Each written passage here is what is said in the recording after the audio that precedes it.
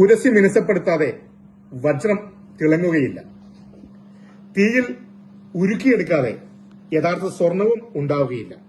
അതുപോലെ തന്നെയാണ് മനുഷ്യജീവിതവും. കഷ്ടപ്പാടുകൾ വന്നേക്കാം, ബുദ്ധിമുട്ടുകൾ വന്നേക്കാം, ത്യാഗങ്ങൾ വന്നേക്കാം.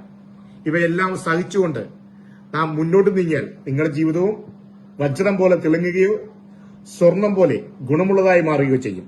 ഹായ്, ഞാൻ നിങ്ങളുടെ ജോൺസൺ.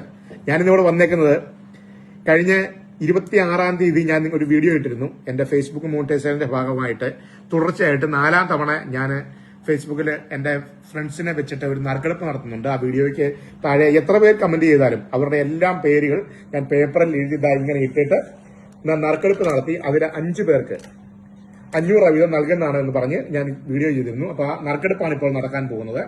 ഈ വീഡിയോ നിങ്ങൾ മാക്സിമം ഷെയർ ചെയ്യാൻ ശ്രമിക്കുക. നിങ്ങൾ എന്നെ സപ്പോർട്ട് ചെയ്യുക.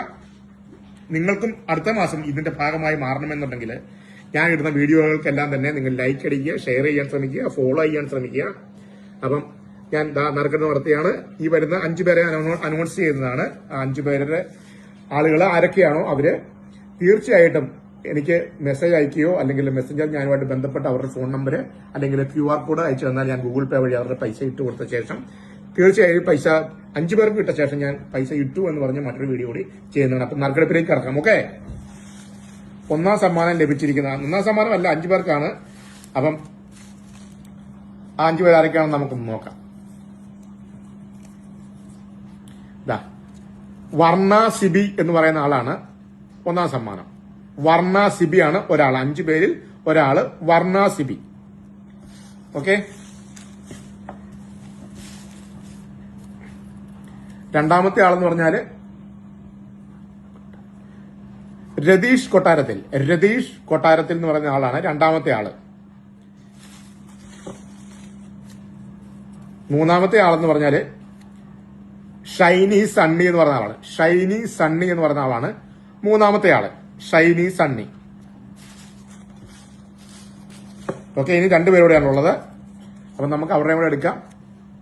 ലിസി ഫ്രാൻസിസ് എന്ന് പറഞ്ഞ ആളാണ് 4-ാമത്തെ ആള്. ലിസി ഫ്രാൻസിസ് എന്ന് പറയുന്ന ആളാണ് 4-ാമത്തെ ആള്. ഇനി ലാസ്റ്റത്തെ ആളാണുള്ളത്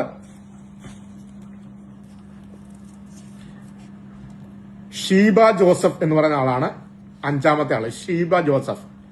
അപ്പൊ ഈ പറയുന്ന 5 പേര് ഞാനുമായിട്ട് മെസ്സഞ്ചർ മുഖേനയോ എങ്ങനെയെങ്കിലും ബന്ധപ്പെട്ട് അവരുടെ ഫോൺ നമ്പരോ അല്ലെങ്കിൽ ഗൂഗിൾ പേ നമ്പറോ തരുവാനായിട്ട് ശ്രമിക്കുക.